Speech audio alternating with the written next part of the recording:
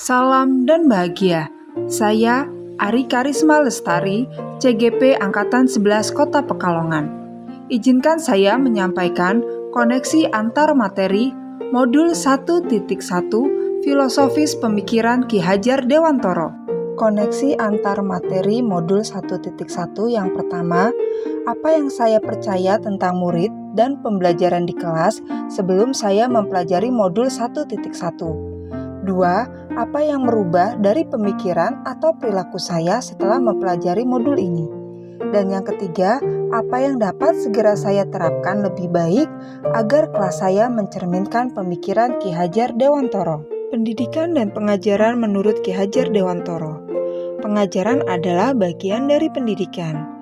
Pengajaran merupakan proses pendidikan dalam memberi ilmu atau berfaedah untuk kecakapan hidup anak secara lahir dan batin. Sedangkan pendidikan memberi tuntunan terhadap segala kekuatan kodrat yang dimiliki anak. Pendidikan haruslah holistik, mencakup aspek fisik, intelektual, emosional, dan spiritual. Pendidikan bukan hanya tentang pemberian pengetahuan akademis semata, tetapi juga melibatkan pengembangan kepribadian dan karakter individu. Apa yang saya percaya tentang murid dan pembelajaran di kelas sebelum mempelajari modul 1.1? Yang pertama adalah pembelajaran selalu berpusat pada guru atau teacher center. Kedua, hanya mengutamakan pencapaian aspek kognitif pada anak. Ketiga, guru kurang memahami karakteristik siswa. Dan yang keempat, pembelajaran dianggap berhasil jika nilai sudah mencapai KKM. Sebelum mempelajari modul 1.1 tentang pemikiran Ki Hajar Dewantoro, pembelajaran yang saya lakukan yaitu siswa pasif dan motivasi belajar siswa yang rendah. Fokus utama guru adalah suasana kelas yang tertib, tenang, dan murid yang memahami materi. Murid sebagai objek pembelajaran.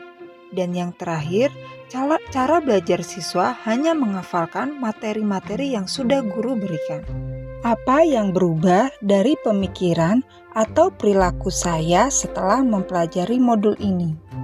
Setelah saya mempelajari modul 1.1 tentang filosofis pemikiran Ki Hajar Dewantoro, yang berubah dari pemikiran atau perilaku saya antara lain, yang pertama, merubah pemikiran bahwa guru bukan satu-satunya sumber belajar.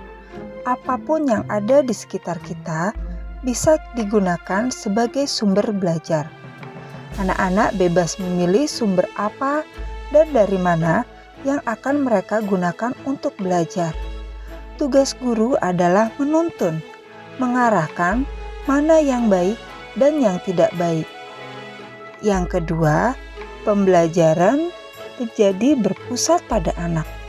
Dengan aktivitas pembelajaran yang berpusat pada anak akan menjadi lebih aktif karena terlibat dalam proses pembelajaran, sehingga mereka dapat mengkonstruksikan pengetahuannya. Yang ketiga, saya dapat lebih menghargai setiap karakteristik belajar anak. Anak terlahir berbeda. Setiap individu memiliki keunikannya masing-masing. Saya sadar dengan adanya perbedaan ini akan menjadi pembelajaran lebih berwarna. Selain itu, setelah mempelajari modul 1.1, saya juga dapat mengubah perilaku saya. Antara lain, seorang guru dapat mengemas pembelajaran secara menarik agar motivasi belajar siswanya meningkat. Yang kedua, dalam pembelajaran seharusnya seorang guru dapat memerdekakan siswa. Salah satu contohnya adalah memberikan kebebasan kepada anak untuk menyelesaikan setiap tugas sesuai dengan minat, bakat, dan kreativitasnya masing-masing. Sebagai seorang pendidik juga harus lebih cermat melihat bakat anak melalui observasi wawancara dan juga pendekatan agar kita lebih dekat dengan mereka. Apa yang dapat segera saya terapkan lebih baik agar kelas saya mencerminkan pemikiran Ki Hajar Dewantoro? Agar kelas saya mencerminkan pemikiran Ki Hajar Dewantoro, penerapan yang segera akan saya lakukan di kelas antara lain, yang pertama, merancang pembelajaran yang interaktif dan menyenangkan dengan melibatkan peserta didik. Yang kedua, menerapkan pembelajaran berbasis kearifan lokal dengan budaya setempat. Hal ini penting untuk kita terapkan pada anak-anak saat ini. Mengingat perkembangan iptek banyak sekali anak-anak yang hilang nilai-nilai budayanya. Di sini saya sebagai seorang guru berusaha memberikan penerapan materi terhadap kehidupan sehari-hari sesuai dengan kearifan lokal budaya setempat. Yang ketiga adalah menerapkan konsep merdeka belajar dan mengintegrasikan setiap pembelajaran dengan pencapaian profil belajar Pancasila. Konsep merdeka belajar mengajarkan kita bagaimana seorang pendidik dapat memberikan kebebasan kepada anak untuk dapat bereksplorasi atas pengetahuannya agar mampu menghasilkan ide-ide kreatif dan inovatif dari mereka. Selanjutnya, pembelajaran yang mengutamakan aspek budi pekerti. Pembiasaan-pembiasaan baik akan selalu saya teladankan kepada siswa tentang bagaimana mereka bersikap agar menjadi pribadi yang lebih baik. Selanjutnya, tidak lagi menuntut, tetapi menuntun.